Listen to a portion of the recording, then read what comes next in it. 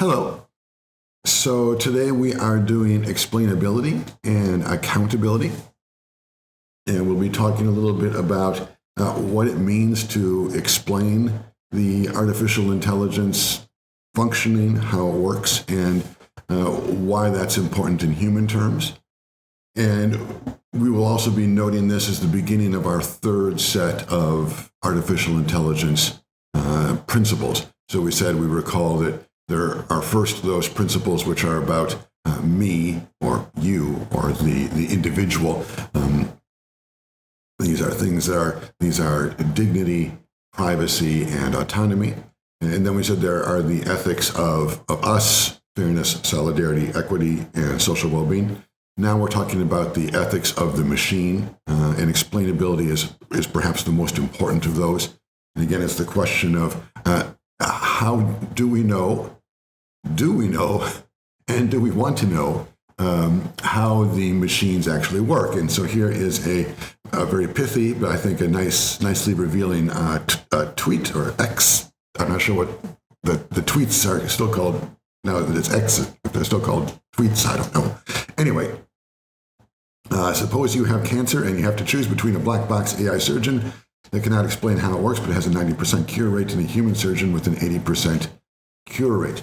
So what's going on here? I think if you take this seriously, that is, you imagine that you really have cancer and you go into the hospital and they actually offer you these options, your first thought, certainly my first thought would be, well, I will just go with the one that has the higher cure rate, right? In this case, you want performance. You want a better chance to live.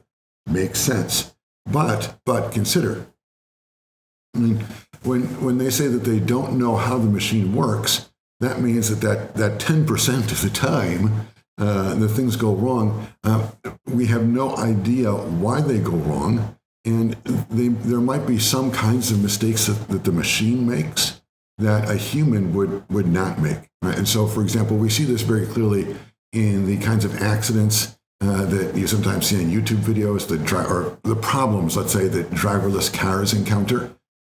They seem to be driving just fine, and then there's something on the road like a cone off to the side, but that's enough to completely befuddle the car, and it doesn't know what to do, and it just sits there in front of the cone while everyone is honking behind and that kind of thing, instead of just doing what a human would do, which is just drive slightly around and continue on the way.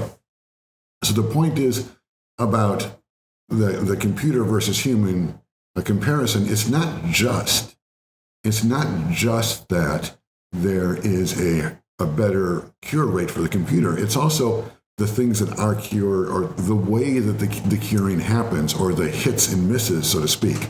The computer might miss some things which are easy, even while on the other hand, it might accomplish some things that are hard for humans. For example, it's hard for humans to be at 100% every day.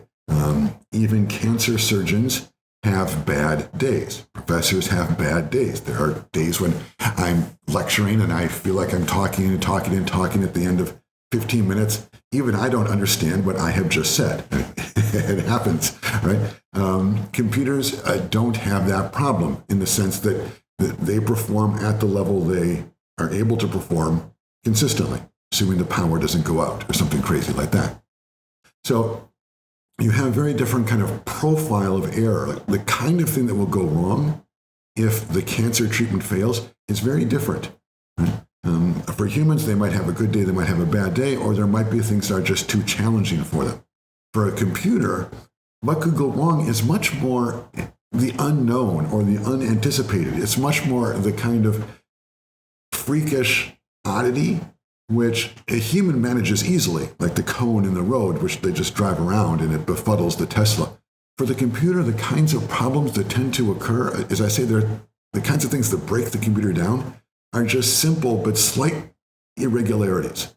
Frequently, it's things that humans handle easily, but a computer is just not familiar to its training data. And because the computer can't think, because it can't make connections between its past experience and new experiences, which are slightly different, the computer just breaks down. So it's not just that there's a difference in the percentages of how well the computer performs versus the human.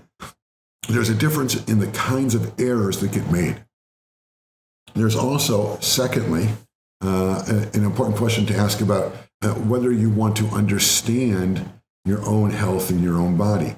Some people might say, look, I'm willing to take the lower rate just so that I can have a real human doctor explain to me what this surgery is going to be like, what the potential problems are, what risks exist, why he or she thinks this will be successful, and so on. Maybe in order to get those kinds of human benefits, the kind of intellectual confidence that I am being treated with respect and that my life is worth having and that people on this team are trying to do everything for me, maybe I am willing to trade a little bit of final outcome in order to have that human support in this life-threatening kind of situation. So it's not just right that there's this difference in cure rates. There's this human background that has to do, in some sense, with the fact that the computer can't explain itself. It just acts. It might act well, it might act poorly, but it has no way of communicating with the patient. It just does what it does, even if it does it really well. And so the question is, those human things, when you have a human surgeon, are they worth anything at all? And if they are worth something, how much is that? And then you can go from there. So you might say, so let's make this concrete. You might say, look, if it's between 90% and 80%, and I'll just speak for myself, I would take the machine. If the machine can't explain what's happening, so be it. That 10%, that's 1 out of 10. That's a big difference. I will take the machine for sure. But if you get to, say, 88, 89%, right, where it's 1 out of 100, 1 out of 50, where there's not much difference, I'm at least going to think about it. I'm at least going to say, you know what?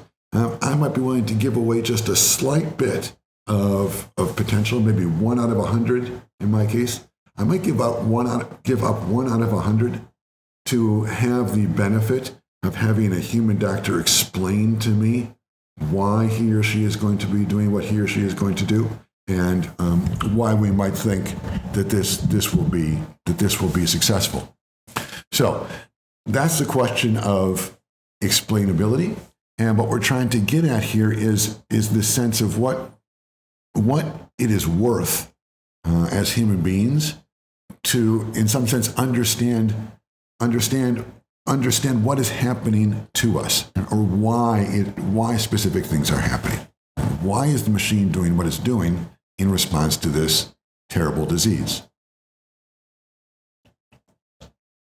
90-80, that seems like a big difference to me. I'm curious to hear what you think. Some people, of course, I use this frequently. Many people, and it makes perfect sense to me, many people believe, the explainability, that sounds nice, but when my life is at stake, forget it. If I can get 90% machine, 89% human, I'm still going machine. Some people will even say, look, even if it's 90-90, humans have bad days. At least the machine is not going to get drunk the night before, right? So maybe I would still go for the machine, even if it's 90-90. And that's accepting the fact that I don't know why the machine is doing what it's doing, or it can't. I'm accepting the fact that it can't explain exactly how it comes to the decision to make the maneuvers it does with these sharp knives called scalpels, right? Or whatever else it's doing in my body. In any case, what we're trying to get to is, or what we're trying to get at is this idea of explainability, understanding why things are happening. And we're trying to get to that as an ethical value, as something that is worth having on its own. And what we're trying to do here is, in a sense, quantify that. I mean, how much of our own lives will we give up? 1%? 0%? To understand why things are happening. And there are different answers. Here's another example. This example is more realistic because artificial intelligence is actually used now in finance to help banks and other institutions make decisions about loans and other kinds of financial decisions. Of course, it's also used in quick stock buying and selling. There's just that quant trading, or quantified trading, is about artificial intelligence making decisions. That's different, though. That's not a life and death situation or even a specifically human kind of situation. That's just traders going back and forth and trying to make money off each other. The question here is more human. She is posing this question about a bank making a loan decision, and I think it's a mortgage loan decision, though I'm not sure. Frequently, AI is used in that context to help bankers make mortgage decisions. And the choice here is, it's a big difference in accuracy. 75% for the human, 90% for the machine. But again, the machine can't tell you why it accepts or rejects a loan application. So if I make a loan application to buy a home to Bank of America, and Bank of America says, you know what, Brusseau, we're not going to give you this loan, usually they will be able to tell me it's because we look back at your credit card history and we notice that you frequently forget to pay your credit cards. So if you're not paying your credit cards, we're not going to give you a loan to buy a home. Now, I might say, well, it's not my fault, the dog ate the check or what have you, but at least there is an explanation. Right? I understand why Bank of America refused my loan, and then there's some actionable response I can take. I can say, okay, now from now on, I'm really going to make sure that I pay all my credit cards on time every month. And maybe after a year of this, I can go back to Bank of America and they say, okay, yeah, you look pretty good now.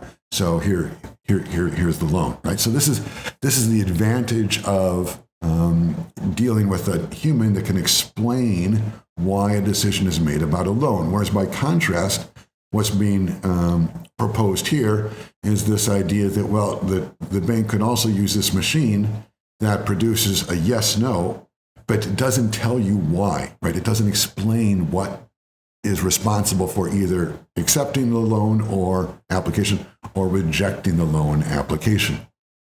So you can see in real life, this is a case where the explainability really makes it, and we're going to talk about this later under the idea of interpretability, but you can see just immediately here on the superficial level, this is an area where the value of explainability is very palpable. It's not just that as a dignified human being, I like to know why I am receiving the treatment I am. It's beyond that.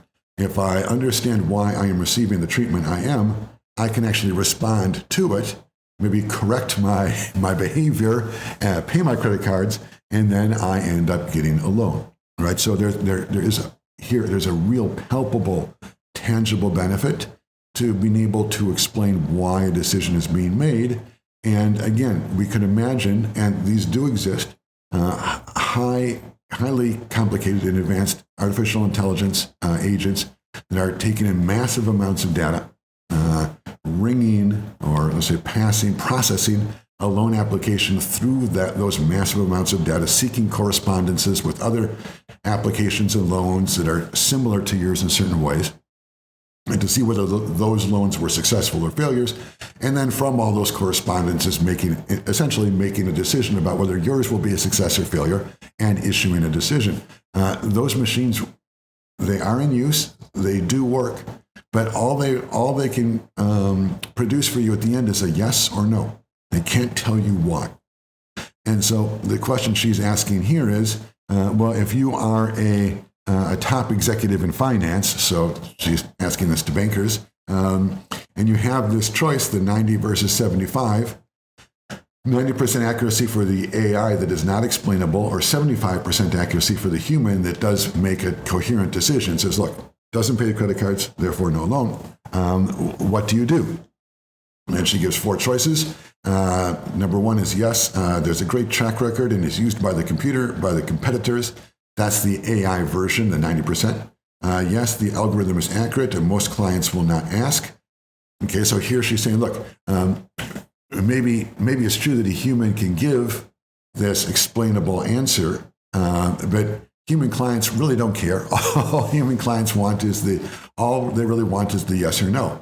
That's another way of saying that for human beings, maybe we don't care about explainability.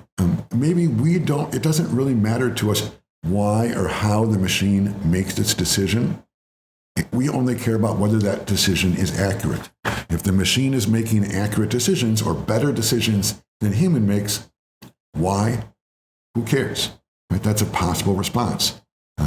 Then the third response she gives is, no, our clients have a right to an explanation. Right? And so that's just the converse idea. It's the idea that there is some ethical value to an explanation. And I think there she means to go beyond the idea, the practical idea that the explanation helps you solve the problem because I will start to pay my credit cards now and then get a loan. It's more than that. It's much more like the notion of surgery, where there is some human value or some dignity value in the sensation that this team of doctors or this team of bankers, that they are treating me as a human, and in some sense they want me to. It's not just. Actually, it's not that. It's not just that they want me to succeed. It's that they do want to take me. They want to respect me. Right? Put it that way. They want to respect me as a human client, and they feel it part of respecting me is explaining why certain things are happening to me, like getting denied for the loan. And four, no, I don't want to be accountable for any unlikely mistakes of the algorithm. So what's being said here, this is an interesting and distinct point. What's going on here is a little bit like the example I raised in the last case with the cone in the road that stops the Tesla. Even though a machine is 90% accurate, it's still 10% inaccurate. And if that's right, if it's 10% inaccurate, then there are these mistakes that it gets made. That is, these are 10% of the applicants who should get a loan and, let's say, would repay that loan, but the machine says no. Maybe later on, and some newer technology emerges that gives a better reading from the same data and corrects the error the machine made earlier, but now it's 10 years down the road and I missed my chance to buy the home. Now maybe I can come back and I can sue the bank. I can say, look, you guys should have given me that loan. We can see with this new technology that I should have been approved. So maybe here there's this question of accountability. We're going to talk about this later, but there's this question about whether or not the bank should be held liable for wrong decisions about granting loans. Maybe yes, maybe no. And if they are supposed to be held liable for wrong decisions, how that intersects with the fact that with an AI, a wrong decision, at least initially, can't be explained. Whereas with a human being, if a human being makes the wrong decision, like let's say I'm a loan officer and I tell you, Stephen Smith, that your loan is denied, and you, Stephen Smith, ask me why, and I say, well, you never pay your credit cards. And then you say to me, I always pay my credit cards. And I look back and I say, oh, look, my bad. I was not looking at your file. I was looking at John Smith's file, not yours. Right? So there is this idea that if you can explain why a decision is made, the decision can be corrected, and that tends to work pretty well when humans make a decision. Humans can just go back and check their work. With computers, not necessarily. Okay, so that's two cases which I think gather up several senses in which there is a human value to explainability in artificial intelligence and information technology. There is a human value, or maybe a set of human values that you can attribute to the fact that a machine can be, the decision a machine makes and how it makes that decision, that those things can be explained. If they can be explained, right? So I'm saying if they can be explained, right? So that's established as a fact. I don't mean that machines can all be explained. They frequently cannot be. But if they can be explained and that fact exists, then extending out of that fact, there is some human value. People are respected when they understand why a decision was made against them or for them. And that would go for whether we are talking about a loan application or healthcare operating on surgery, or maybe even something more trivial like how it is Netflix decides which movies to send to me. Well, this is another area of intense debate, right? You would say, look, maybe it might be that with respect to Netflix and movie recommendations, maybe I am more willing to say, I don't care so much about explainability, just give me a good movie, right? Because in that case, if I end up getting a bad movie, it really doesn't matter too much. I mean, I can just scroll myself through the set of possibilities. So maybe too, there's an angle here, or there's an aspect of this discussion which has to do with how serious the AI decision is. So maybe explainability is more important, or it has more human value for something like surgery than it does for something like loan applications. And it has more weight or more human value for loan applications than it has for Netflix. This is basically the current European Union approach to AI ethics. They have it's a form of that. They have something called a sort of risk scale. So things they call high risk fall into one category of AI human governance, and things that are low risk fall into another category. High risk would be artificial intelligence used for healthcare. That's obviously high risk, at least for things like cancer surgery. Maybe not for cosmetic things, but for cancer surgery, that's high risk because lives are at stake. So that's one set of rules is in play there. And those rules, this is still under consideration, but those rules might include some kind of requirements that the machine be, at least to some degree, explainable, because guaranteeing the dignity of the patients requires that they have some understanding, at least, of why the machine does what it does. Whereas by contrast, according to the current EU idea of risk, of just the dispersal of ethical rules across a risk continuum, we're on the side of very low risk, something like Netflix, where if the computer is wrong, who cares? So on that front, then explainability, the rules requiring explainability in AI may be relaxed because we just don't care very much about that. We just want a good movie and hope for the best. So that's an overall look at the human value of explainability and why we want, at least if everything else is even, I think most of us would agree that there is a value, and we do want the machine to be explainable. We want to understand why and how the machine came to the determination that it did. As I say, once you start trading accuracy or performance for explainability, then you've got questions. But if you've got the same accuracy, the same performance, then at least in that case, I think most of us agree, we prefer to have an understanding of why, at least in healthcare and things like that. So that's in these sessions, what we always try and do is we always try to talk about the human experience first of explainability. And then we move on to the more theoretical definitions. We can look at ChatGPT's definition. We can look at then explainability, the theory of explainability, and then we will talk about the practice of explainability. You see here, I've gotten in the habit now of asking ChatGPT to depict an image of these ideas. So here I asked it to depict the concept of explainability in AI with an image. This is what it gave us. You can see the machine is unable to explain explainability, unable to spell explainability, which certainly casts some doubt upon the accuracy or the legitimacy of this representation of explainability, right? It shows in some sense how it's a very good example of how the kinds of errors that machines make they're just zany. I mean, how is it possible the machine can generate all this highly sophisticated stuff, these representations of 5 people that look pretty much like people? And that's pretty amazing that it just generates those people. And then it generates a picture of a robot, and that's good.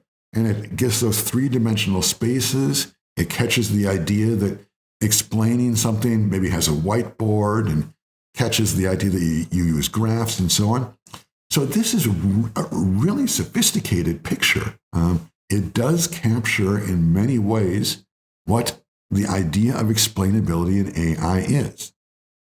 But at the same time that it does all that very sophisticated stuff, it also gets wrong this incredibly simple thing. All the computer needs to do to write explainability correctly on the whiteboard is just copy paste the word that I already put in the prompt.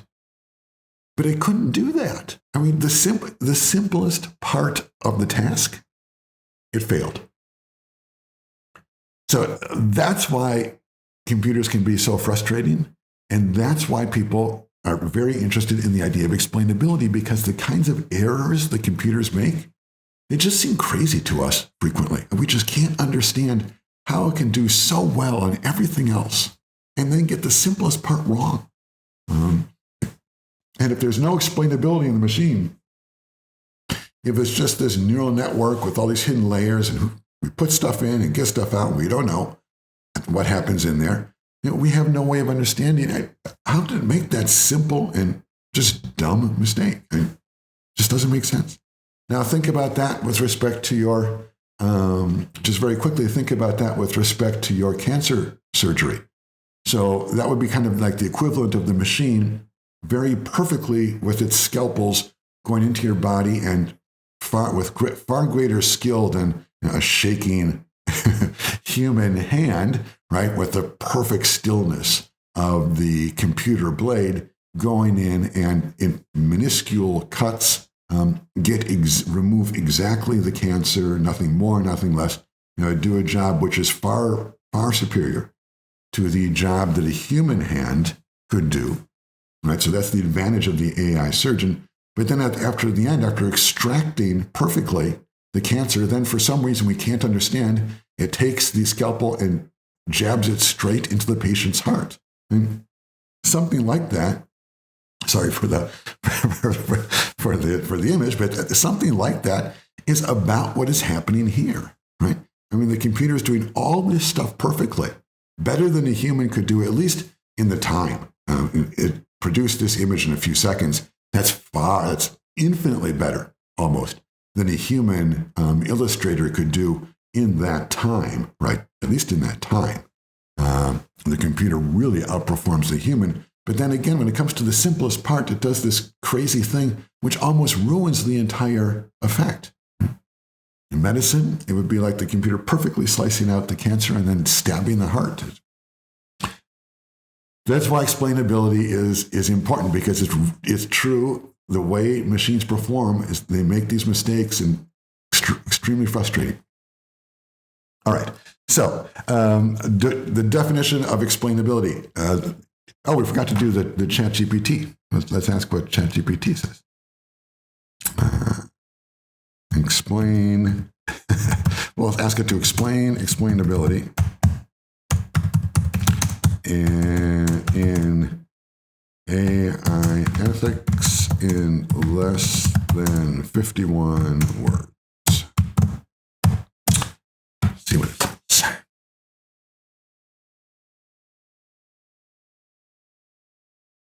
That's pretty good.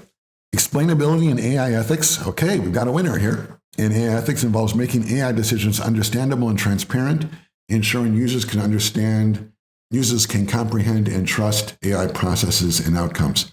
AI decisions involves making it understand. Yeah, okay. I think that's pretty good, actually.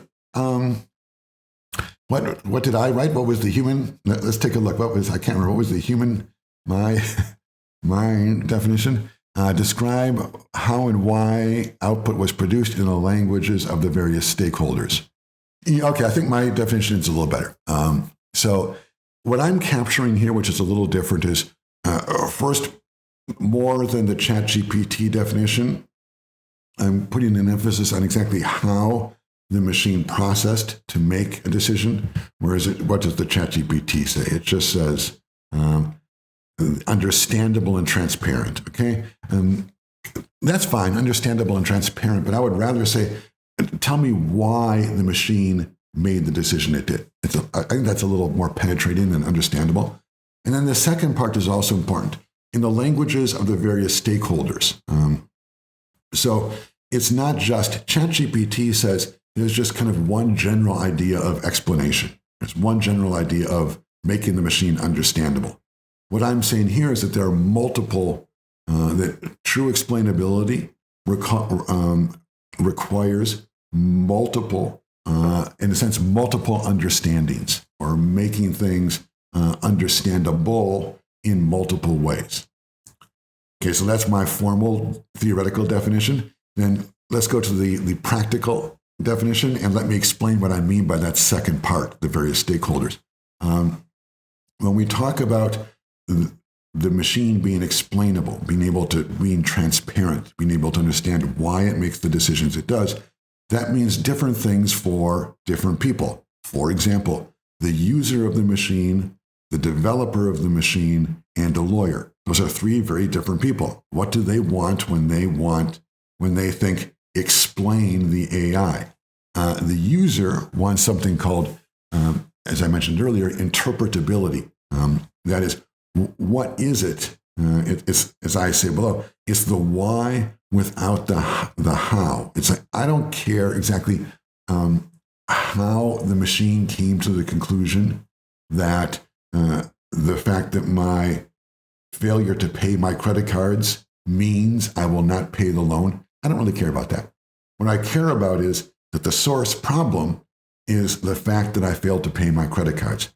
That's what I care about, because it allows me to do something about it. It allows me to respond, to fix my situation. So interpretability is the idea that you understand the machine, not so much kind of like a mechanical engineer. You don't understand exactly how the gears fit together and how the decision was made, so much as you understand what the factor was that, or the factors were that caused the positive or negative outcome.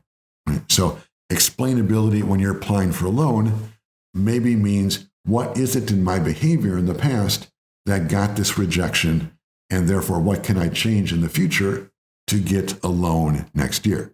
Right? That's explainability that matters in the case of the bank statement.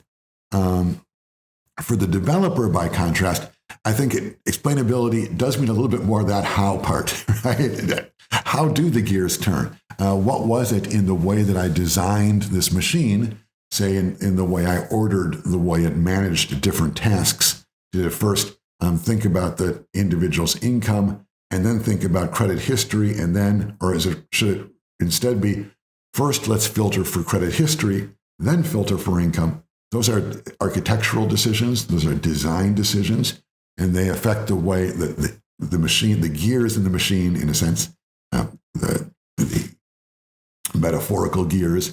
The metaphorical gears are turning and twisting inside the machine. And for the developer, the AI designer, the engineer, that answers to that question might be more what they seek when they ask about explainability. And then a lawyer, the person who represents the firm, the bank, in this, let's say in this case, that is giving loans or not giving loans, what they want is accountability. When they say explainability, what they mean is which human being who contributed to this machine? Is it the human being who gathered the data? Is it the human being who designed the AI? Is it the human being who inputted the data of the particular client in the particular case? Which one of these people is the one, if there is one, we'll talk about that later, but which one of these people is the one that got something wrong, assuming something goes wrong with a loan application, and let's say someone who should have gotten a loan is denied the loan. So for the lawyer, explainability in essence means whose fault is it? And then that's kind of a negative articulation, right?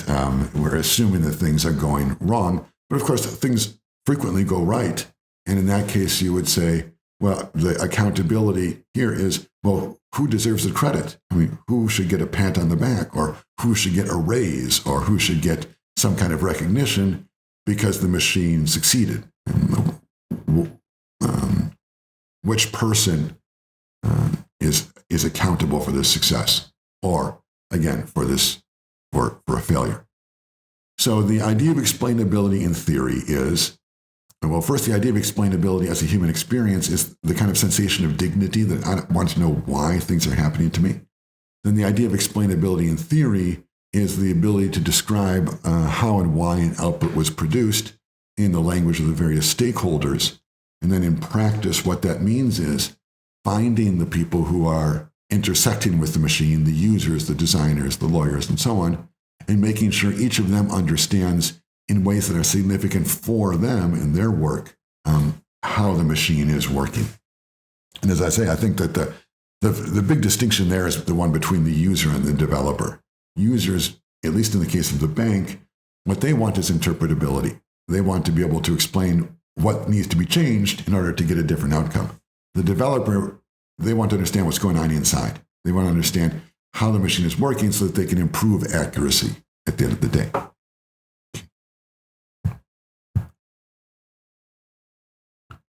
All right, so why don't we take 5 minutes to sketch the difference between explainability and interpretability. Maybe that's not quite the right way to put it. Let me say explainability generally and the specific case of interpretability. Why don't we think about that for a moment?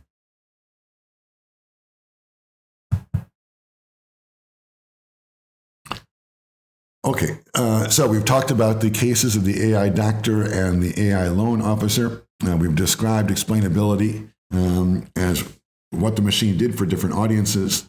We've defined it and described it.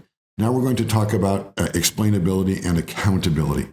And this is very important. Frequently, this ethics principle, when people talk about explainability, frequently they will link it up with accountability. So people will say the principle is explainability and accountability. Or sometimes people will actually say accountability, and by that they mean accountability and explainability. This basically stems from sort of a pessimistic view of the world. It's the idea that we need explainability when the machine goes wrong, but not really when it goes right. we're more worried about punishing people who've done poorly or done bad than we are about rewarding people when they do well. And it's kind of that edge to the accountability, which I personally sort of don't like. But be that as it may, frequently when people are talking about accountability and explainability, what they want to do is they want to blame someone for something that has gone wrong. And here is a classic case. This Tesla has run over the curb and run into looks like a restaurant and broken the front door and glass.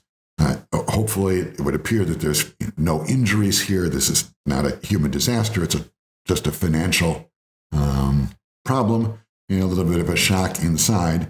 But it's the kind of mistake that these driverless cars make. I mean, a human being has no problem figuring out where the curb is generally. But sometimes a driverless car can get confused. Its cameras, etc., just misunderstand that a curb is a curb and not just more of the parking lot.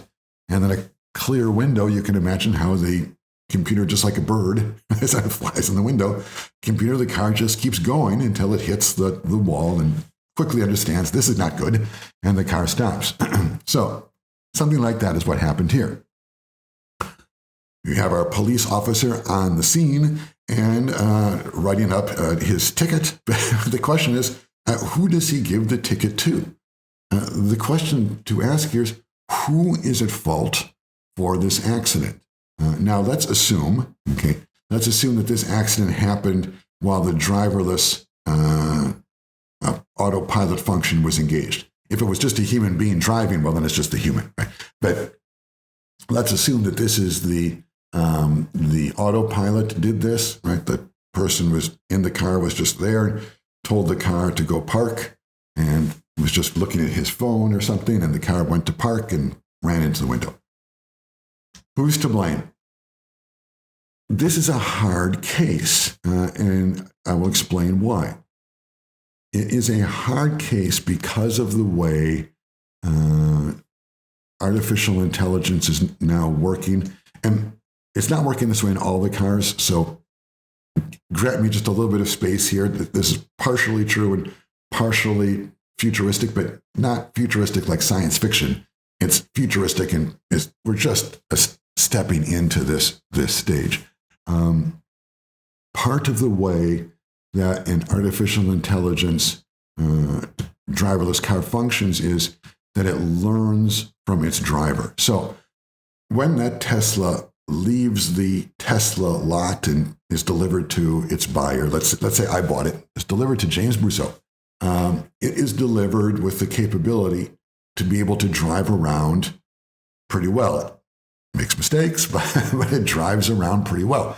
The Tesla driverless car really does work well. We have Waymo now. Driverless cars are working 24 hours a day in San Francisco and Phoenix and some other locations also, I believe.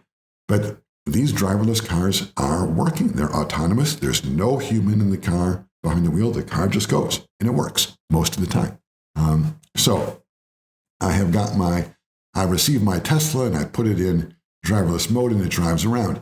But also sometimes with the driverless car, sometimes the human driver wants to drive. One reason for that is that the autonomous driving is usually quite conservative.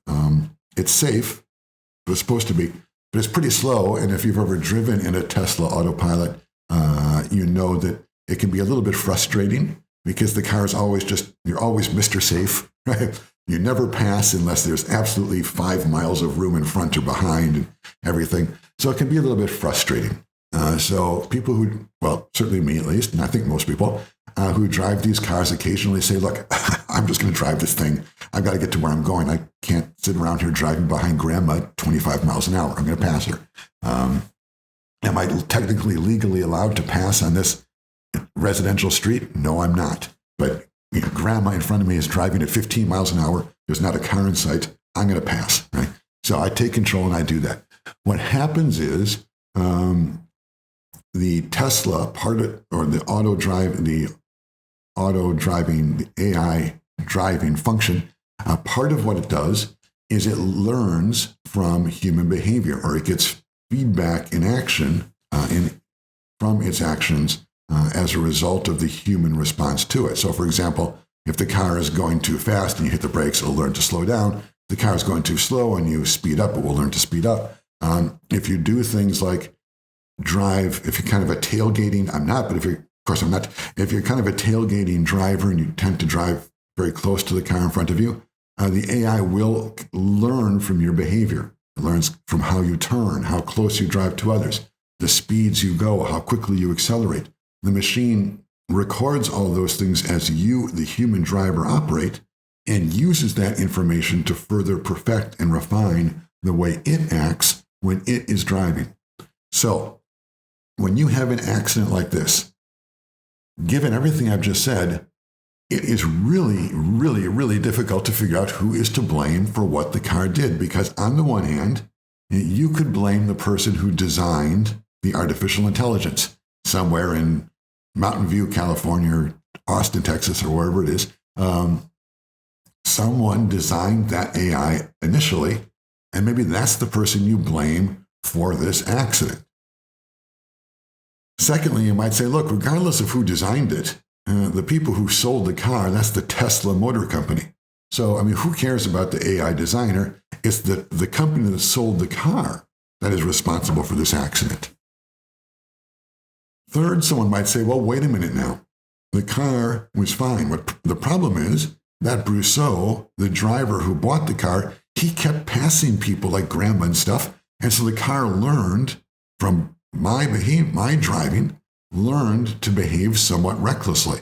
And it was my driving that taught the AI, or that refined, let's say, the AI's own driving practices. It was my driving that adjusted the weightings just enough in the car to cause it to have this kind of accident. So who do you blame in that case? Do you blame me, the person whose driving has been training the car? Do you believe the person who sold the car? Do you blame the person who sold the car? Or do you blame the person who designed the AI originally? Now, that question could be answered very easily, perhaps, if we could understand how exactly the AI made its decisions, right? If we could go back into the machine and see a little line where it said, the car, you can imagine this hypothetically, the car says, normally I would stop here, but because my owner, Brusseau, constantly accelerates in this situation, I will accelerate too. Right? And then you have the accident. Well, I mean, if you could find that in the machine, then you would know to blame me. But that's not the way it works. We don't know how the machine, the AI, is being changed by the human driver. And then when an accident like this happens, we don't know if it's a result of the way the AI was originally programmed, or if it's the result of the new incremental changes that were made in the technology by my driving practices. If we don't have any explainability, if we don't have any way of knowing how the machine made the decision it did, then there's no way to know who to blame. The officer can write up his ticket, but there's no way for him to know who to give it to. It's impossible. If it's just a normal car, it's easy. Give it to the driver. But if it's an autopilot car in autopilot function, so the problem or the connection between explainability and accountability is that the absence of explainability is not just sort of a dignity problem for human beings. There's also a problem for dignity in the sense of people being held responsible for their actions. It's hard to hold someone accountable for something we don't know why it happened. So that's the big overview. Now I have for you here a real case. And so we've been talking about hypothetical cases and general ideas, but here's a real case I really worked on, real doctors, real patients, real disease, real explainability problem. This is the picture you're looking at is an image, an enhanced image of a skin lesion that is sort of a mark on your skin. And one of the things that AI is very good at is, and I've commented about this in the past in this seminar, one of the things that AI is very good at is looking at images of skin and determining whether or not that image or that blemish is cancer or not. In fact, AI frequently can do that better than human doctors.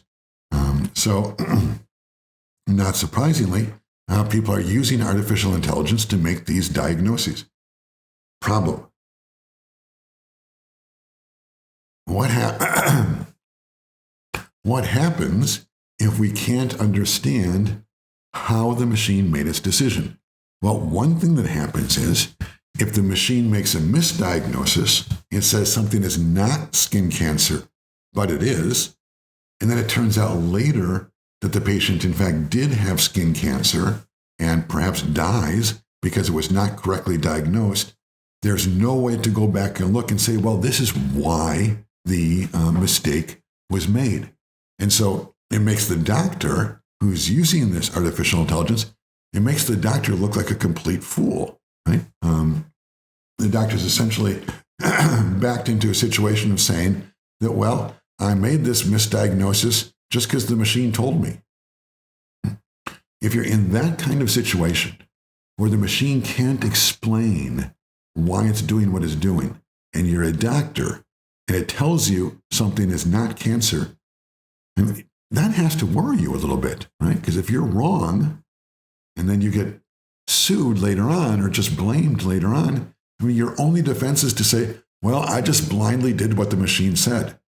That's pretty weak, right? That's very, especially given how much doctors are paid, medical doctors are paid. And that's really weak.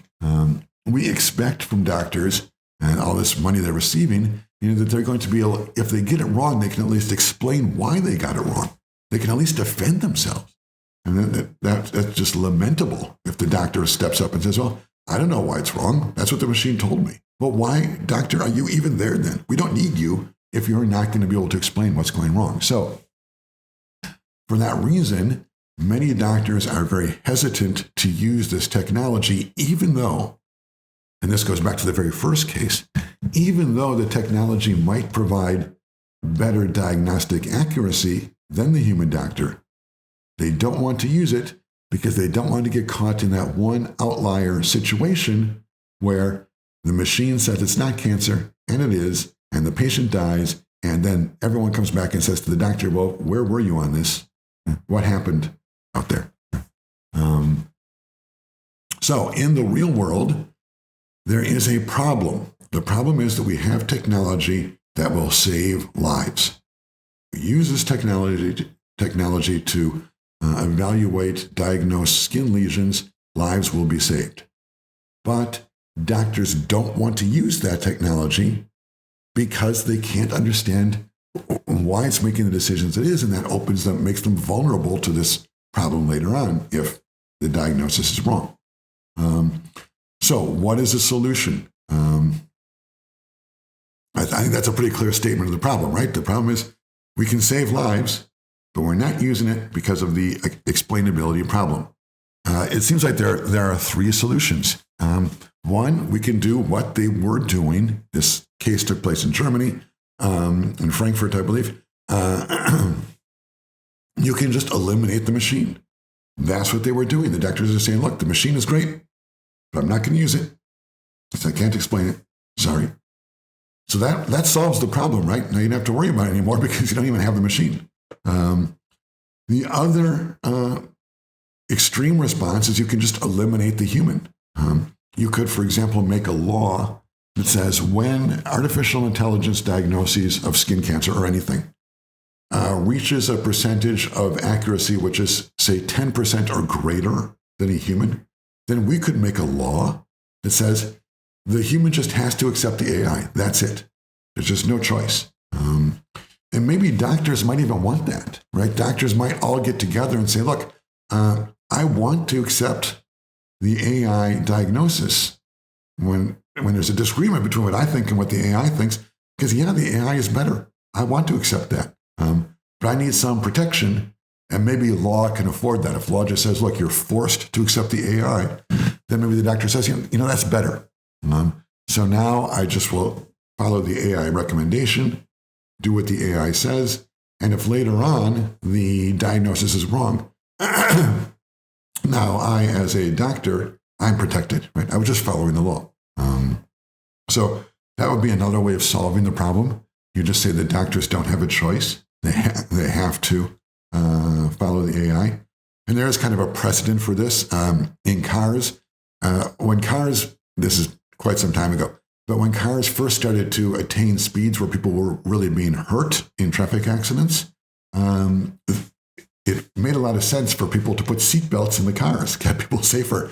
But no car company wanted to put seatbelts in the cars initially because they were afraid that it would make their car look unsafe. Right? They said, look, if I'm the first car company to put seatbelts in my car, everyone will not think, well, they're thinking about the driver's safety. They will think the car must be unsafe.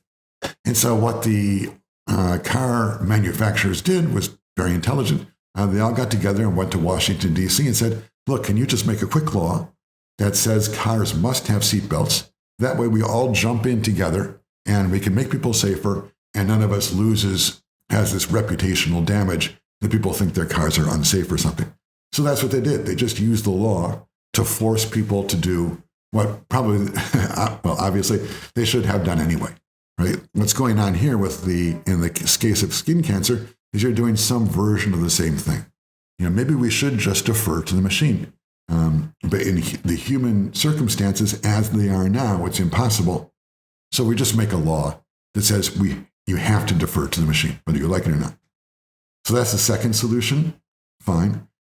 The third solution, and that's the one I want to talk about now briefly, is something called an explainable wrapper. And this, an AI German research center, DFKI, I don't know what that stands for, but D is probably Deutschland, right? Created this product XAID, which is Explainable AI Dermatology. And what that product does is that creates these colorations here. That's the result of the explainable AI wrapper. So how does it work? First, there's one artificial intelligence that looks at the skin lesion and gives you a diagnosis, cancer, not cancer. Then around that artificial intelligence, there is a second machine that looks at what the first one is doing and gives you a heat map that shows you what parts of the skin lesion are leading to the diagnosis which is produced. So it's a kind of interpretability, explainability or an interpretability machine. So it says, look, it's because of this blue part here. That's the part that makes the machine think that this is skin cancer. Or it looks like actually from this concept classification on the right, it's not the blue, it's actually the red parts, which are the problematic parts. So where you see the red parts, that's where they think they are indications of skin cancer. So then in that case, what the doctor can do is perhaps go back and look more carefully, him or herself, at the skin lesion and say, yeah, here, that's true, that's right. There is kind of a little bit of a kind of texture or something that might indicate it's not just a normal scar or something. Instead, it really is something that might indicate skin cancer. So what this explainability wrapper does is, first it produces a result, then it helps the doctor go back and see why that result or that determination was produced. And that helps, right? Because now a doctor can say, look, I've got a reason for saying that this is skin cancer or this is not skin cancer. Still might be making a mistake, still has error, of course. Machines make mistakes, humans make mistakes, of course. But at least now, if the doctor makes a mistake, and unfortunately sometimes it happens, then the mistake will have mortal consequences. The doctor will say, that's not skin cancer, and it will be skin cancer, and the patient will die. At least now, the doctor can go back and say, look, when I looked at it, I did look carefully at this, this, and this, and my professional conclusion was that it was not skin cancer. I was wrong, but I can show you why I came to the conclusion it did. It was a sincere conclusion. It was not a bad way of thinking. It was just the wrong answer. Sometimes that happens. Sometimes people have good decision processes, but they still come to the wrong decision. So there's the idea of explainable artificial intelligence. This is a real case. Is that idea that you can capture the accuracy of AI without just throwing up your hands and say, well, we can't explain it, we just accept it. I mean, you can get the best of, or at least you can hope to get the best of both worlds. Now, we can't do that in every case. So the dilemmas about explainability versus accuracy, they're going to continue. But there are at least some cases where we can use technology to satisfy the human concern about the human dignity, let's say, of understanding why we are receiving the treatment we are, even if it's wrong, even if it has negative consequences. And then I have a quick note here. This is conventional versus acceleration AI ethics. I will just quickly note here what's going on in this slide is this idea that when we have these kinds of problems in AI ethics, like the explainability problem, there are two kinds of responses that are going on right now. One is called the slow AI movement. And that idea is that we should, in essence, slow down AI innovation, or we should just not use computers until we understand why they make the decisions they do. That's called slow AI. And that solves the explainability problem by saying, look, we're just going to slow down innovation. We're just not going to advance faster than we can understand ourselves the advances. On the other side, there's the idea of what's called acceleration ethics. And that's the idea that the way to solve the explainability problem, and more generally other ethical problems that arise because of innovations, the way to solve those problems is to use the same innovative powers that caused the problem in the first place to resolve it. So if it was advanced AI technology that led to the problem that we could diagnose skin cancer but not explain it, we can use that same technology, that those same engineers, that same kind of engineering, to leap forward and produce a solution to the problem that is this AI wrapper, which tells us why the decision was made. So the question is, when we have an ethical dilemma, do we slow down or do we speed up? The acceleration response is we speed up. And we speed up because innovation itself will solve innovation's problems. Okay, that's some general background to stuff that's going on in AI debates now. But let's stick with explainability and the ethics there.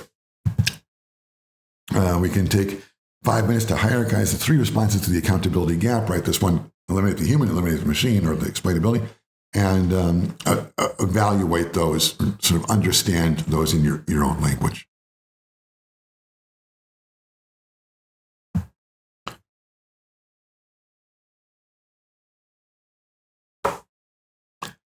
Okay, the next subject is forget explainability. What does that mean? That means, we've been saying up to now that explainability has this human value and we should have it, but that's not necessarily the case. You can make the argument, make an ethical argument that, you know what, it's not really a trade-off. It's not the case that we give away some explainability in favor of some accuracy, or maybe in favor of some social well-being, or in favor of some autonomy. It's not necessarily that. Maybe explainability just isn't a human value. This is a radical response. Maybe explainability doesn't matter. Maybe we don't need it. Maybe the true right example is not the cancer example or the car example. Maybe the true and revealing example, the paradigmatic case, is Netflix, where we say, we don't care how we got the right movie. I just care that it's the right movie. Now, who cares about the explainability? Maybe that's the way we should start to think in the face of these problems. Maybe we should just stop asking how and why the machine made the decision it did, and only be concerned about how well it does what it does. And just say, look, if the machine does it better than a human, that's it. Not interested in explainability questions anymore. And there are 2 kinds of arguments to make here. These are arguments saying we should just forget about explainability.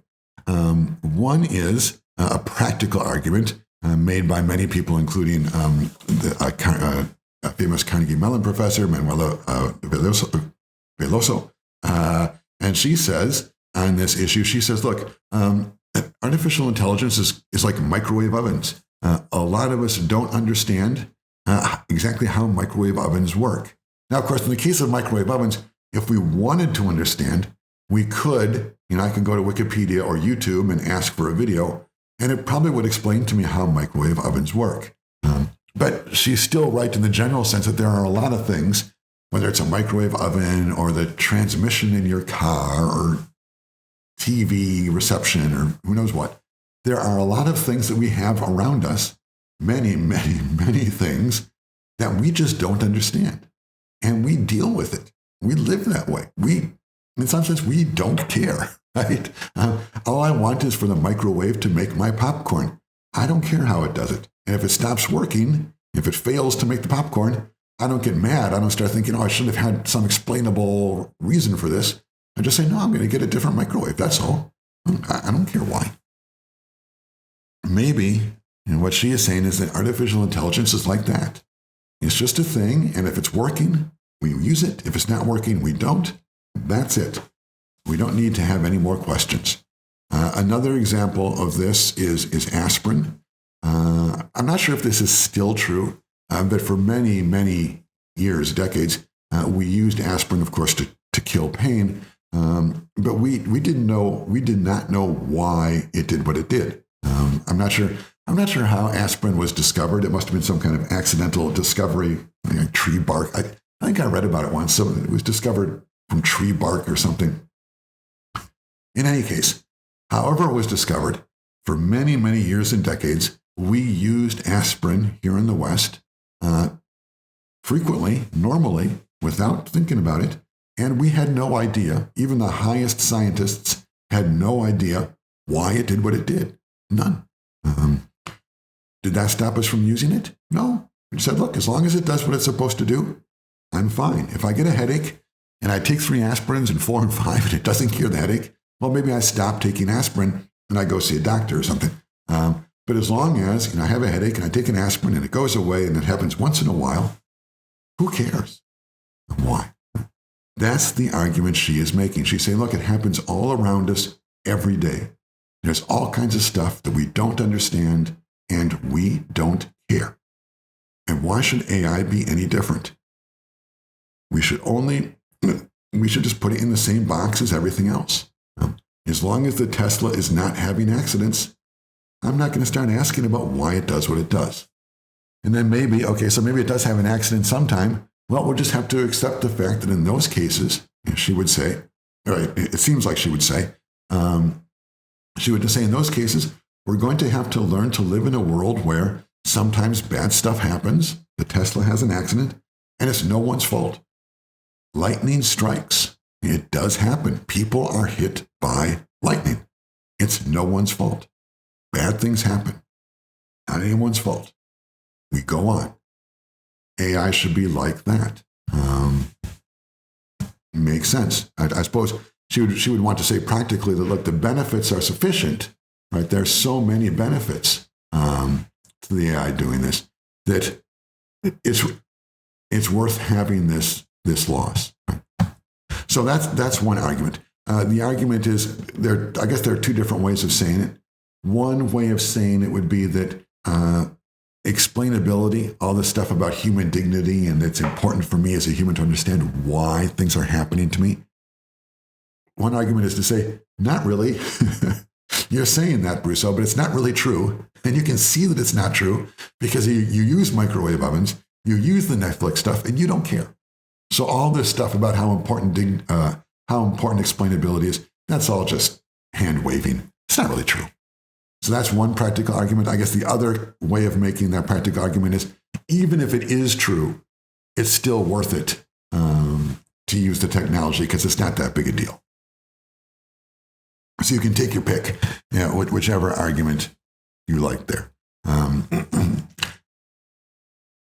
That's the practical argument. Now, there's also an epistemological argument. Epistemology is the study of how we think, or the kind of the structures in the mind that shape or determine the kinds of things it's possible for us to think. Just like, let's say, my ears determine what kind of sensory reception I have here. Like, I have no sensory reception of color here or of smell. I only have auditory reception here. And then my nose would be also no color. Like, I receive no information about the exterior world in terms of its color from my nose. I only get scent and so on.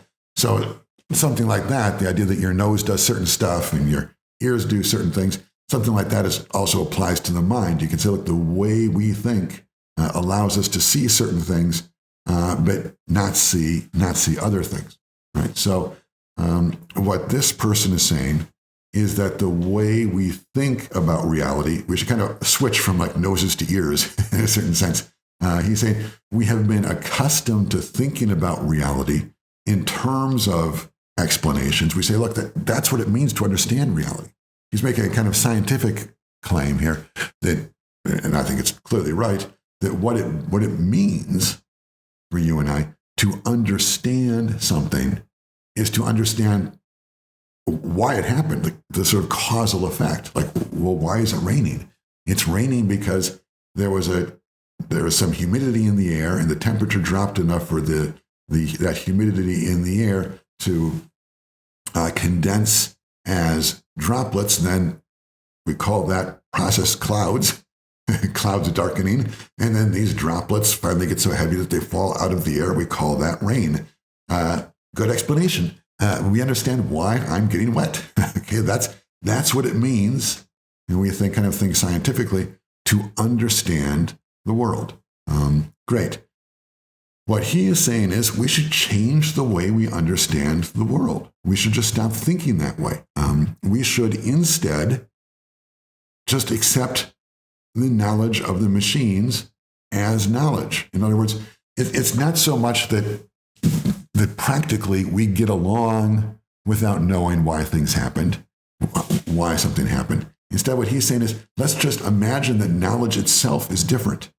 What it means now to have knowledge and what it means to be a human who seeks knowledge, what that means is no longer involved with cause and effect. It's no longer involved with understanding in the classical scientific sense. Instead, what it means to understand is nothing more and nothing less than understanding the accuracy of the machine.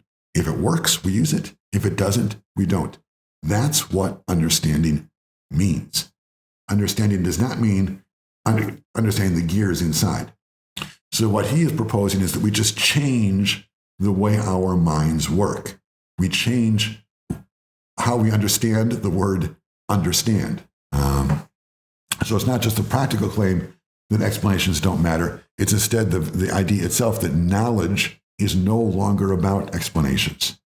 Knowledge is about accuracy. It's about knowing how well the machine works. And as it happens, we won't go too deep in this. This brings us very deeply into my world of the history of philosophy. This debate has already happened in the 18th century. Kant versus Hume. Hume was I believe he was Scottish, though possibly English. Kant was a Prussian or a German. And Kant said, in essence, what scientists today say. He said, look, understanding something means understanding it in terms of cause and effect. Hume was kind of a skeptic about all that. Hume said, look, I hear people talking about cause and effect all the time, but I've never actually seen a cause. I see the effects, right? If you hit one billiard ball against another, I see the second one rolling away. So I see effects. But I never see exactly a cause. I mean, I see one ball hitting and then another ball going. But do we see some thing moving from one ball to the other? I mean, it's hard to say exactly what the cause is. It just seems like there's two balls and first one is moving, then the other is moving. And every time I see one ball here and another ball hits it, then that same thing happens.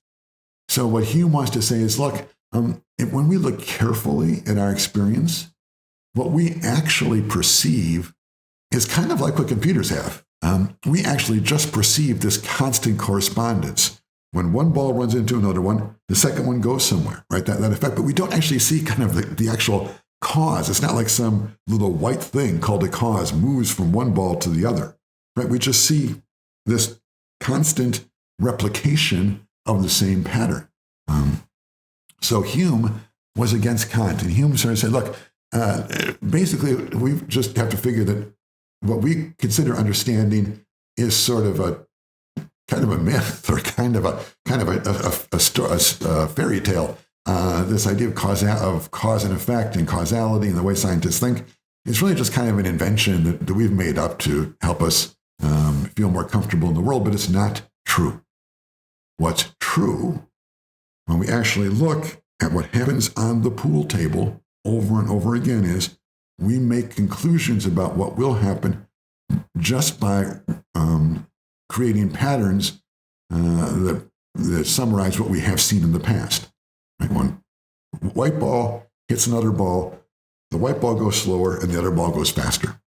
We just see it. We've seen it many, many times. The pattern is there. So I think when I hit this white ball here, it hit and it will impact the other ball. What will happen again is that the other ball will start moving.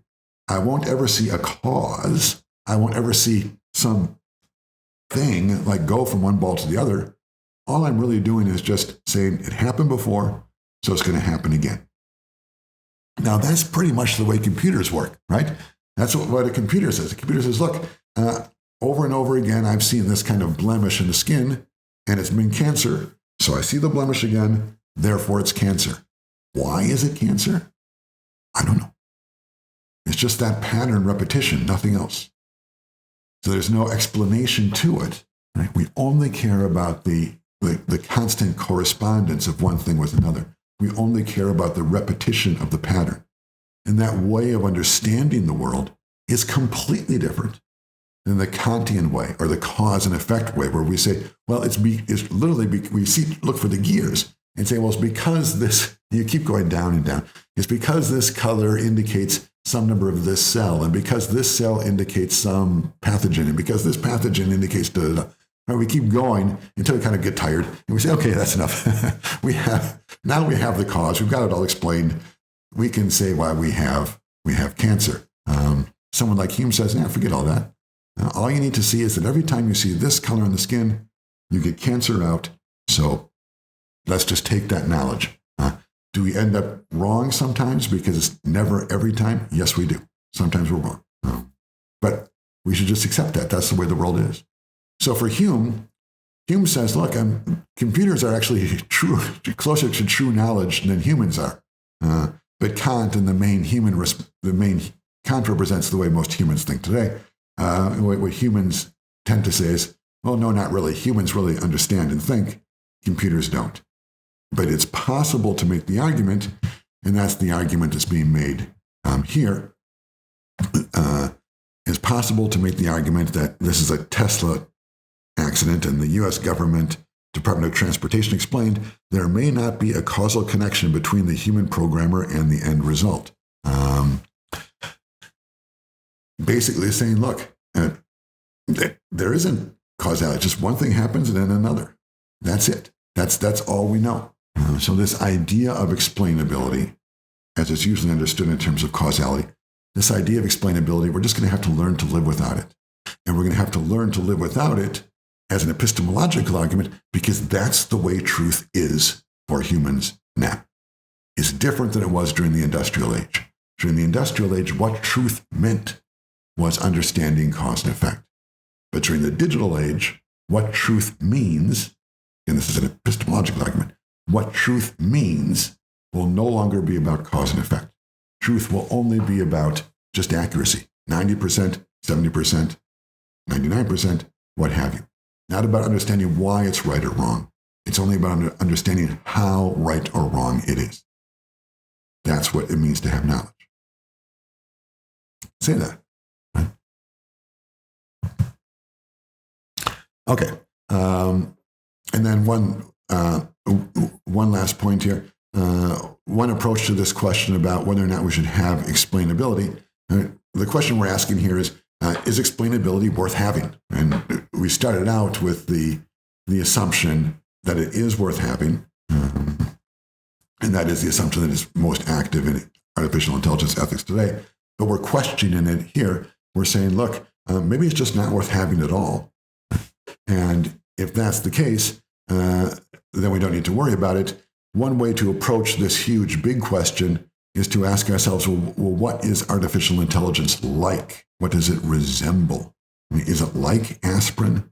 Is it like a microwave oven? Is it like something else? Maybe that will help us define whether or not we should ask artificial intelligence to be explainable. Okay, so you can take 5 minutes to think about that.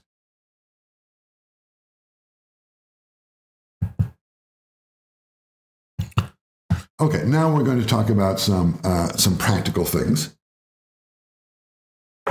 That is, let's assume that we want explainability. That's a good thing. What are some practical impediments to it? I mean, why don't we have it? There are a few. One, and I think the most important one is, we've been talking about this indirectly throughout the entire seminar, really, is that the more sophisticated and complicated and, yes, accurate an artificial intelligence is, in general, this is not true every time, but in general, the more accurate and effective it is, the less we're able to explain it. This is just a practical truth. Right? The better the machine, the less we can explain it. Mm-hmm. So if that's the case, right, if you and I, we just can't keep up, if the machine is so smart that we just can't understand it, then maybe what we should say is, look, it's our bad, we just can't keep up, that's all. But we're better off having these better machines. So if you go to people out in the world, you just ask someone on the sidewalk and you tell them, look, the practical reality is if we want the machine to perform better, we're not going to be able to understand it. A lot of people are just going to say, well, that's the way it goes. That's the practical truth. I'd prefer to have the better machine than have the explanation. So that's the first just practical impediment to explainability. It's the fact that, at least so far, the machine works better if we don't demand explainability. Maybe that will change in the future, but right now that's the case. Another set of practical problems are that the idea is it's not just that the machine works better. There's this idea of the black box nature. You could say that maybe it's just part of the nature of how AI works, that it's not explainable. Right? So it's beyond the fact that the good ones are not explainable. Now we're expanding that a little bit and just saying, well, because artificial intelligence is this neural network, this mess of connections that no human being could ever keep up with, not even close, not remotely close, maybe it's just the nature of the machine to not be explainable. Another reason why it can be hard to get explainability in artificial intelligence is because if people do understand why it works, they don't want to tell you.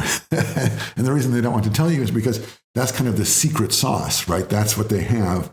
That's the advantage they have as the owner of the technology. If they develop the technology and they know why and how it works, they want that secret, that trade secret to remain so that other people cannot imitate their technology.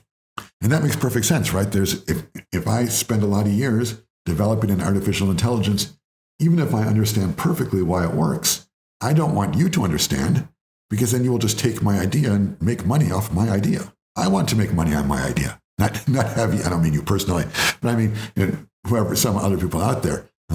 If I want, and that seems legitimate to me, if I put a lot of work into making an idea, I should get the reward for it. So it makes sense that I try and keep secret exactly how it works. This is true for Coca-Cola and everything, right? I mean, Coca-Cola, I'm not sure, maybe now we know, but for a long time, Coke tried to keep their recipe secret. Right? So we don't want other people to know because we don't want them to copy our product.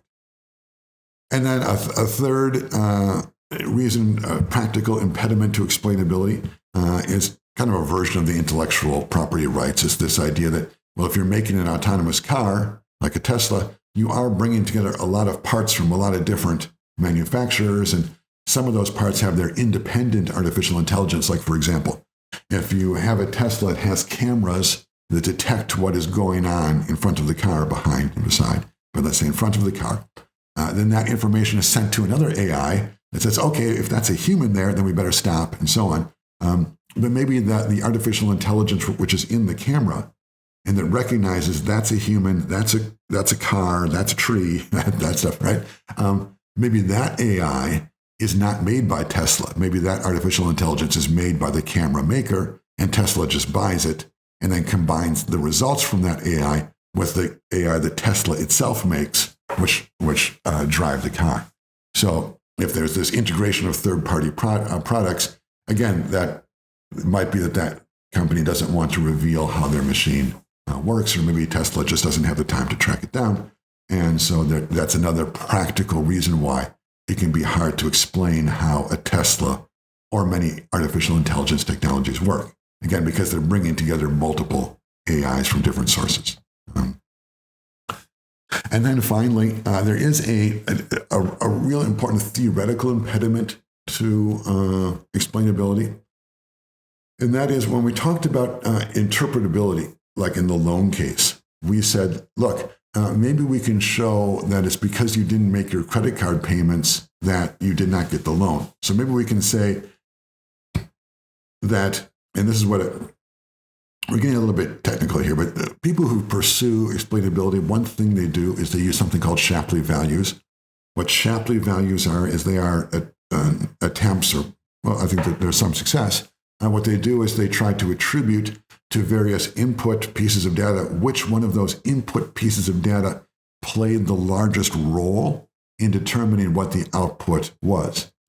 So in the case of my loan application, which was rejected, if we determine it was rejected because I did not pay my credit card bills, then probably the Shapley value would show, if there was a kind of map like this, it would show that the credit card information was very red. It was very high. It was a big input to the output decision that I was refused this loan. Fine. But there's an assumption there. There's a metaphor there. The assumption is that the thing that has the biggest input is most responsible for the output. But that's not necessarily true. And I'm thinking here, the example I have in my mind is cooking. Sometimes in cooking, a very little bit of one ingredient can make a very large difference in the taste of the dish. Let's say you're making mashed potatoes or something.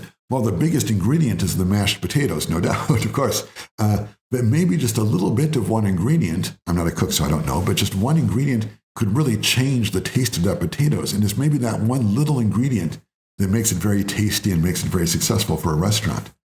So if what a Shapley value is doing is, it's saying that the way we explain AI is by finding that piece of data that had the biggest role in informing the conclusion. Maybe that's not true. Maybe the strategy we have for creating explainability is not a good strategy. Maybe it doesn't work. Maybe AI is like cooking, and it's just some tiny little ingredient which looks just like a tiny thing, but that's making all the difference. Or maybe not. The problem is we don't know. It's a big problem. So there are these impediments to explainability. There's the practical impediments, and then there is this theoretical impediment. And it's different from what we talked about in the last step, where we said, look, even if there's not an impediment of that kind, maybe we don't care about explainability anyway. Now we're saying, even if we do care about explainability, we still have these big problems in trying to get it. So you can kind of answer for yourself, I think, this question about whether AI is like cooking. At least you can kind of answer theoretically in your mind. I don't think any of us know the answer to that. Okay, and so now we are coming to the end, the last set of ideas, and this is the idea of redress. Okay, redress is the imposition of accountability. That is, it's one thing to say there is accountability.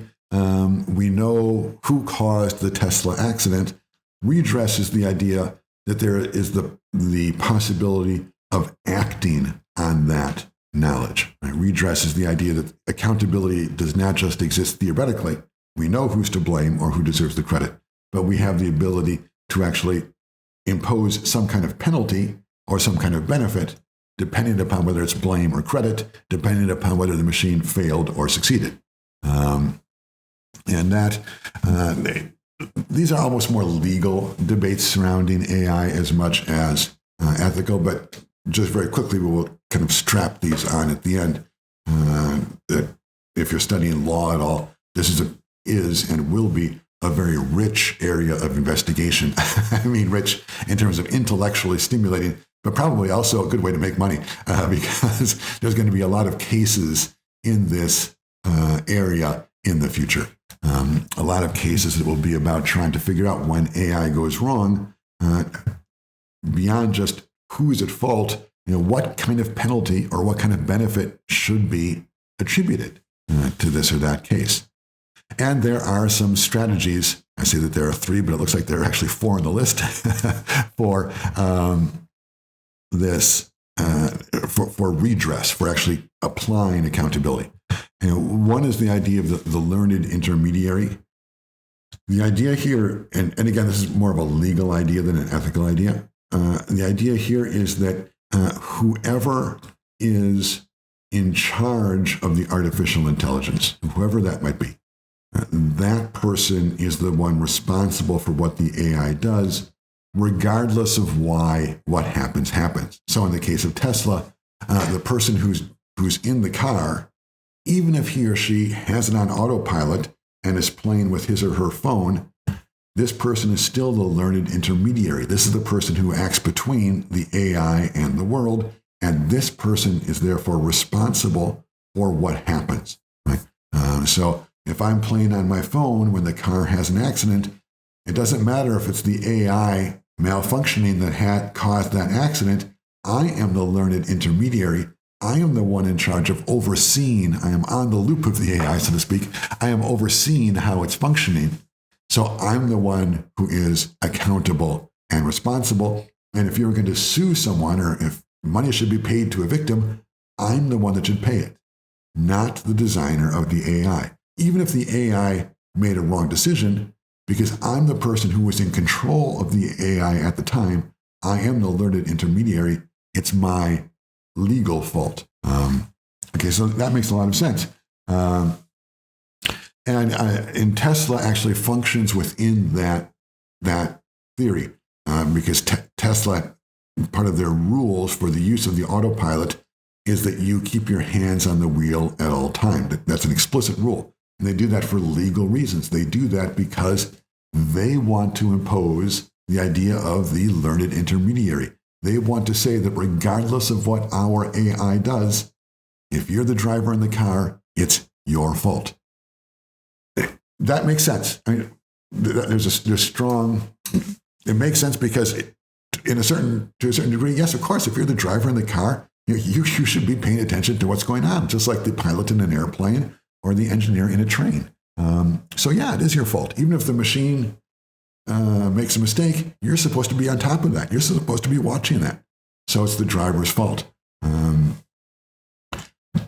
The problem with this theory, or the problem with this approach, is that the reason you get the Tesla driverless car is not so that you as the driver can sit there like watching all the time, and then you might as well just drive yourself. The reason you get the Tesla driverless car is so that you can text on the highway. That's why you get it. That's the point of it. That's why we have it. So if that's why we have it, if that's the point, then this whole idea of the learned intermediary, it kind of stops making sense. We should just say, in that case, we should just say, well, no AI in cars, right? If we're going to say the driver is responsible, we should just say, forget artificial intelligence in cars, because it serves no purpose. If we're going to allow artificial intelligence in cars, then we kind of have to allow drivers to play on their phones, since that's the point. And if we have to allow drivers to play on their phones or take a nap or whatever, then we need a different strategy for redress. We need someone else to get sued. So you can you can make your own decisions upon that. But on the one side, the idea of the learned intermediary, it makes good sense. If the driver is there, he or she is supposed to be watching what's going on. On the other hand, what's the point of the AI if the driver can't take a nap? Another theory is that the human creator should be the one, of the artificial intelligence, should be the one who is responsible when things go wrong or right. So in this case, if there's the Tesla accident, it's the person who originally programmed the AI. That's the person. And that makes sense too, right? And the person who originally made the programming also controls the degree to which that programming will be affected by the driver's own decisions. So ultimately, really, it is the original programmer who has the most control over what will happen.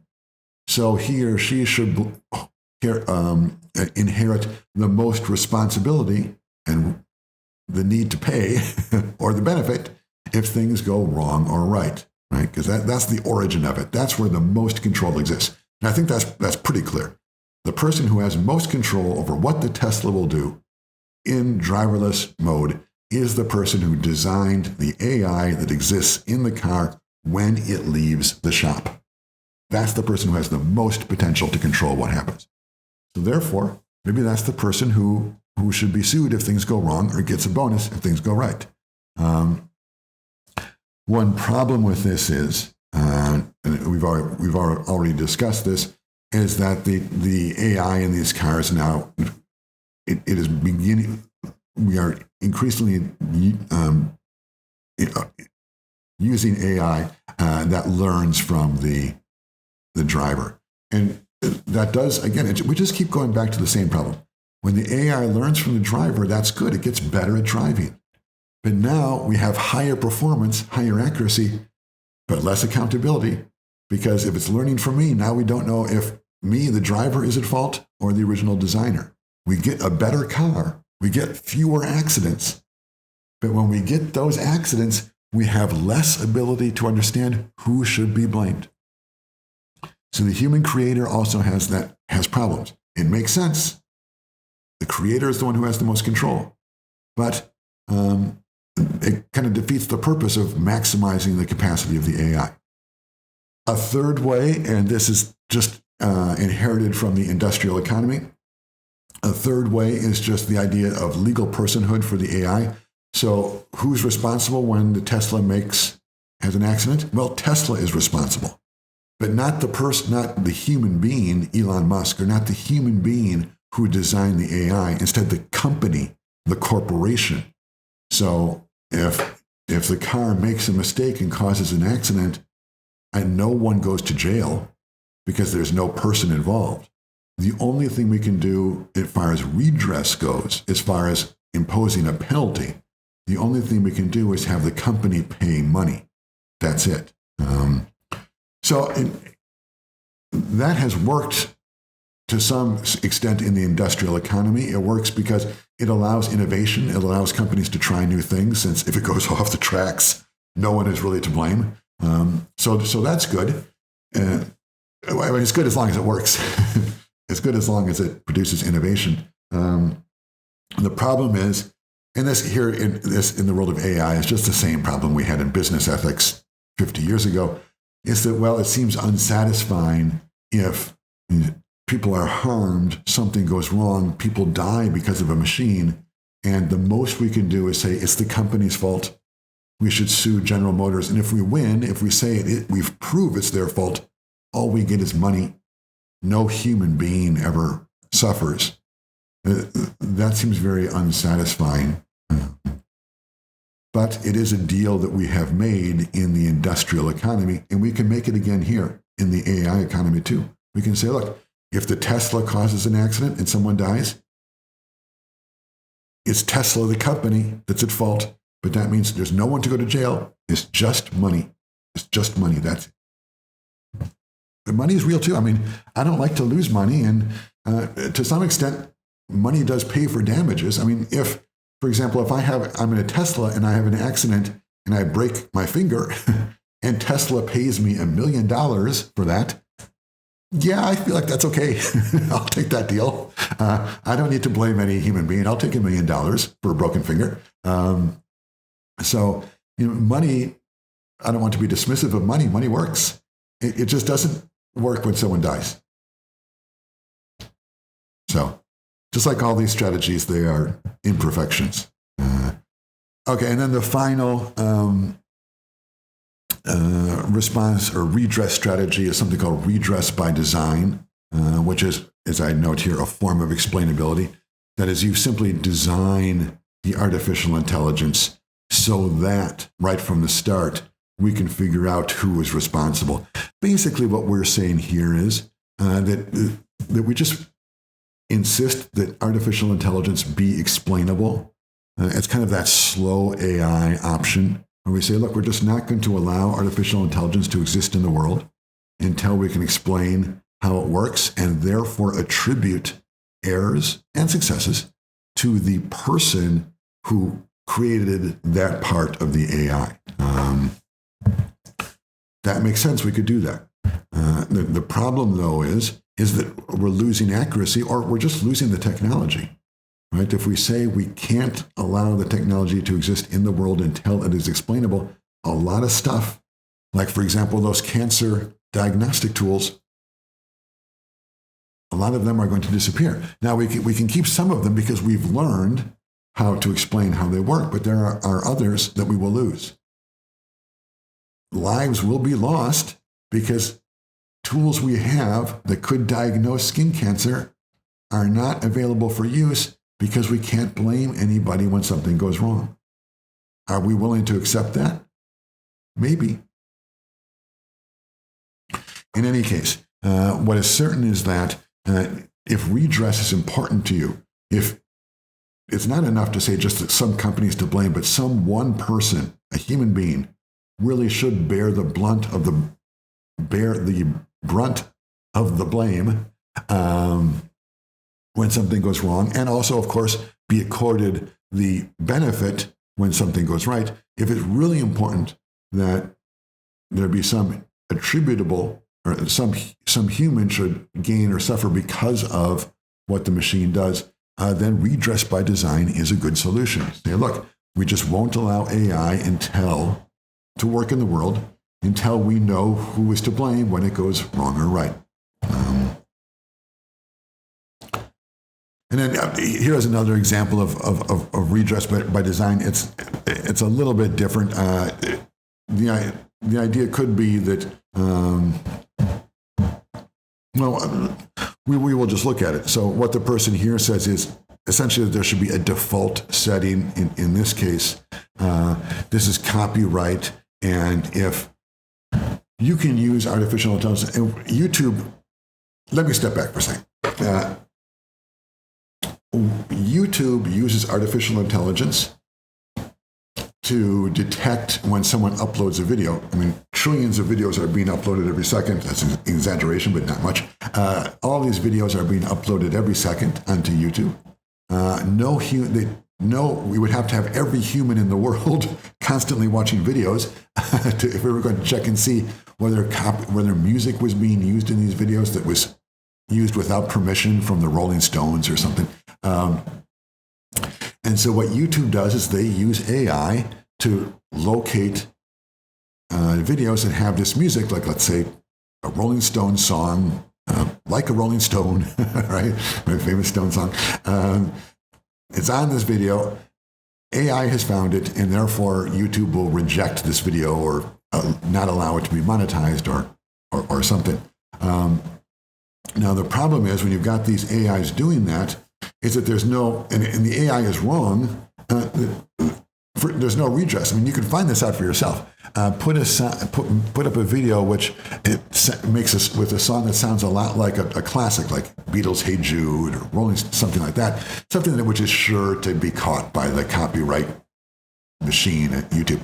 But make it just sufficiently different so it really is your own song. You will find out that probably it will be flagged and blocked by YouTube.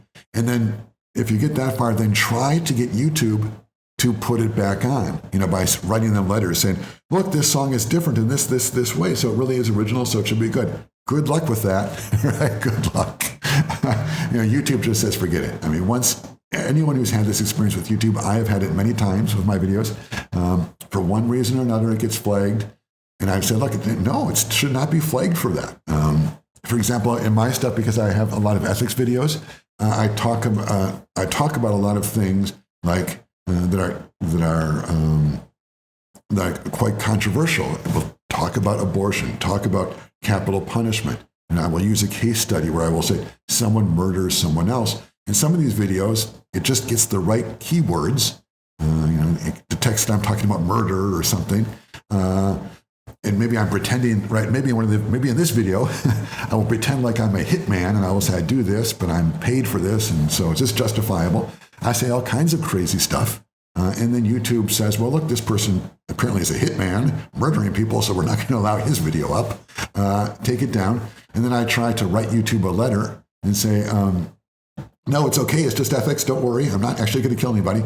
Well, good luck with that. Right. I will never get through to a human being. I will never get that video up. I just have to put it on Vimeo instead or something, right?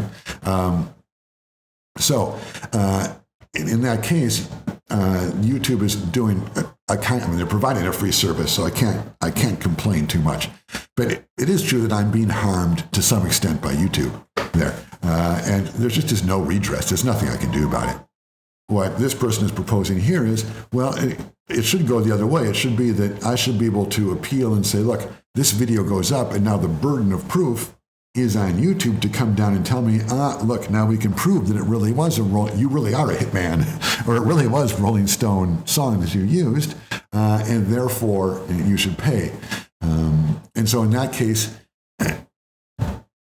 if it's discovered that I used copyright material, then maybe YouTube could sue me or something. But what this person is proposing here is that the burden of proof be switched to YouTube, and that's this redress by design strategy, which maybe works, right? So I could say I put up the YouTube video. YouTube writes back, nope, can't do it because it's got a Rolling Stone song. I write back, check the box, objection, and it necessarily goes back up. And then I write in, it's not a Rolling Stone song. I wrote the song is different.